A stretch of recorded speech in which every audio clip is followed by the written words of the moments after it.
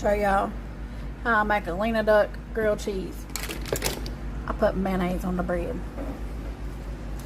not butter. Mayonnaise.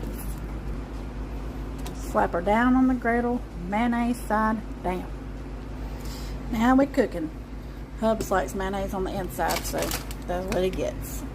First, slice of American cheese. Next, I've got Swiss cheese. A slice of that. Use whatever cheese you got, but make it cheesy.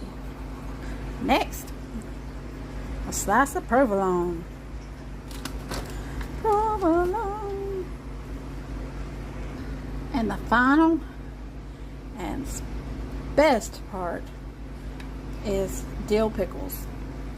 And these are the homemade dill pickles with the cucumbers grown right out of our garden.